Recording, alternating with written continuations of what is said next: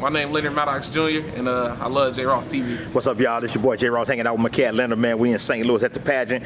Man, he getting ready to put that kid to work, man. Like y'all know he do, boy. And man, what I'm saying is, man, I just watched him in sound check, man. And I was just wondering, man, like, you know, I see a lot of musicians, you know, over the course of my J Ross TV duties, and some cats just got a special something. I don't know what it is or what it's called.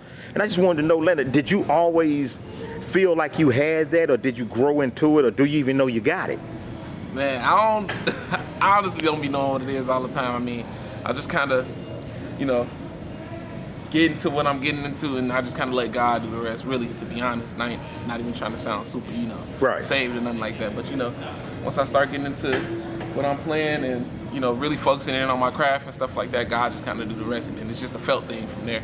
Yeah. Whatever I'm feeling. So now, growing up in your youth, well, you're still young, but you know, when you was a shorty and you coming up, man, who were some of your heroes in the Chicago area, man, that you would look up to and probably even in some instances pattern yourself after? Oh man, I came in the game late, so I've been playing drums 10 years now. So the guys around me that I've been surrounded by, my peers, you know, like Clemens, Poindexter, Jermaine Poindexter, my own brother Josiah Maddox, you know, these guys, they've been playing since they was like smaller and too like that, and I kind of grew up playing sports a little bit or whatever, but I've been patterning myself kind of after them. Yeah. It sounds strange, even though they my homies and they, you know, close in age to me, but I've been kind of just watching their videos. And then of course the bigger homies that everybody just kind of look up to, from like Varro Johnson, you know, Daryl Howe, who's a close big brother of mine, both of them close big brothers of mine, Rexel Hardy, Calvin Rogers, all good guys, you know, Kahari Parker, Oscar Seaton, just all the Chi-Town greats, you know, that I just kind of look up to from afar and, you know, closely, as close as I can get to them. Yeah, so now you take in all this information as you growing up. Now you got to find your own self within that information that you've gained from all these guys. What did you do, or was it something that came to you where you can separate yourself from everybody else and come up with who you are on the kit? Yeah, absolutely. Like I had mentioned before, like I kind of started late in the game, but for music I was kind of playing sports a little bit. You know, I was kind of into the arts a little bit, so doing that kind of stuff, you know, being a football player, basketball player, you kind of got to really be in your bag and really be into what you're doing, or you won't get put in the game, you know what I'm saying? You got to really be confident. And I just kind of took that energy and put it toward the music thing later on. So now it's just like, man, all I got to do is just do me and, you know, not really worry about what anybody else is thinking or what anybody else got to say. Just try to do the best, be the best me that I can be. And like I said, God gonna do the rest. Yes, sir. Well, you out here touring, man. You touring the country, going around the planet, doing what you do. And your creativity level, man, that comes in, is that a God-given gift? Well, everything comes from God, we know that.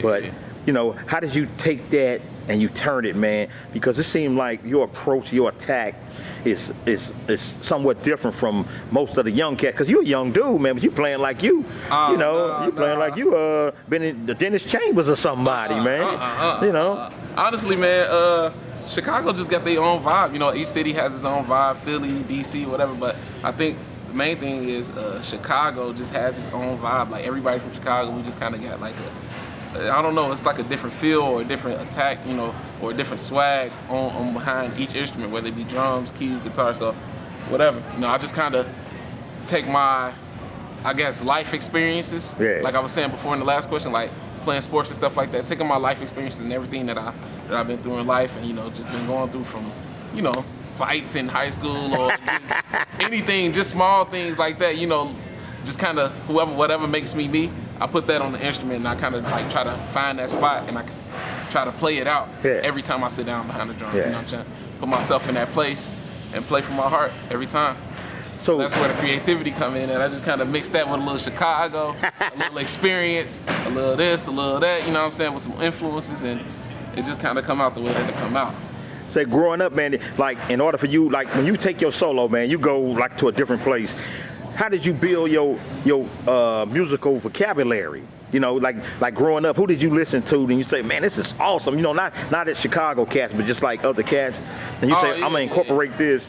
And you got a musical vocabulary. So when you take your solo, you can go 100 different ways. I'm still working on going 100 different ways like that, like my homies. But you know, I grew up playing, like I said, started late in the game, so I started, jazz band in high school, and that introduced me simultaneously in the gospel thing. So I was kind of getting the best of both worlds, playing gospel, at church and stuff like that. Yeah. And in high school, getting introduced to jazz band, and then, getting enrolled into a Ravinia Jazz Scholars program.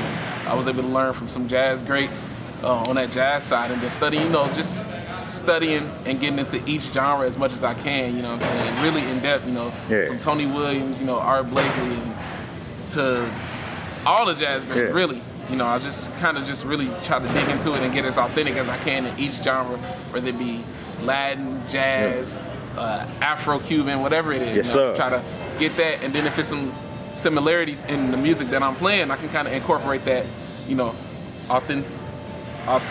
Authenticity. Authenticity. Yes, sir. into, the music that I'm playing. So like crossing genres, man, is that hard though for a drummer? Say like you in the band, man, y'all grooving, but y'all gonna go Latin and then you're gonna do. So how can you fit gospel in with that?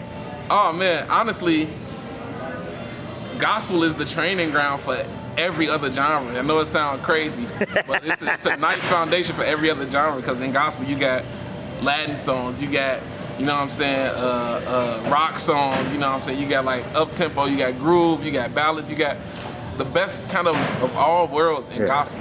Now it might be a little bit aggressive than the regular genre, but it's a nice starting point. So I was getting that at the same time. And then once you really dig into each genre separately, you can kind of see what makes it, its own entity, you know what I'm saying? Yeah. So just kind of take that. Last question, because they in here working, y'all, as you can see, we at the pageant, and they getting ready to put it down. Hey, man, but being a young dude, man, you out here, you touring, you making money.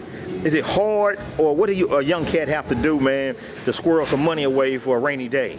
Man, honestly, you gotta save as much money as you can. You gotta really, really, really control your habits. You know what I'm saying? Whether that's buying shoes or buying clothes, or like me, like to eat, or buying gear, trying to have it. You can't be trying to keep up with the Joneses out here. You gotta really really save your money and really be thinking for the future. You know what I'm saying? Yeah. This tour is gonna come and it's gonna go. There's gonna be other tours and stuff like that. But it's like, you gotta have money. Before you go on tour, you gotta have money. After tour, you gotta have money.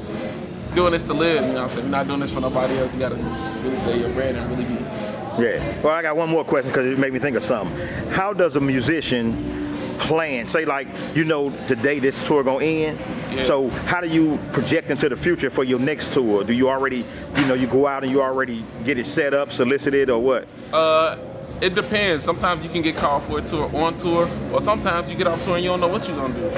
But you do know that you gotta stay consistently stay on your craft, and you gotta consistently be good and making sure that your social media presence is real good. And it's a lot that play into it nowadays that, you just gotta kind of keep up on. Make sure your character is good, and just, I'm pretty sure you're gonna keep getting calls if you're a good person and you're playing nice. Of course, playing ain't most of the percentage of it, but having a good character and just being a good dude. And professionalism part of it, yeah. You keep that up after tour, at home, you're gonna get a call again. I'm pretty sure. Like, it happened for me. It happened for anybody. I promise to God. I don't know why you keep putting yourself down, man. You putting in work, man. I don't be, I don't be trying to be like I'm that guy. Right. Like, I'm just out here just trying to work as best I can to get to the next level, for myself. All right.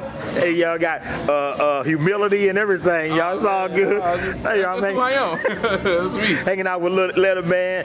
Boy, I was filming this cat when he was, little, and he was killing it. Right, man, just watching him now put in work, man, it's just amazing, man. I'm so happy and proud to know these cats, man, and also thank them for inviting me in the circle, man, into the camp, man. Appreciate it, y'all.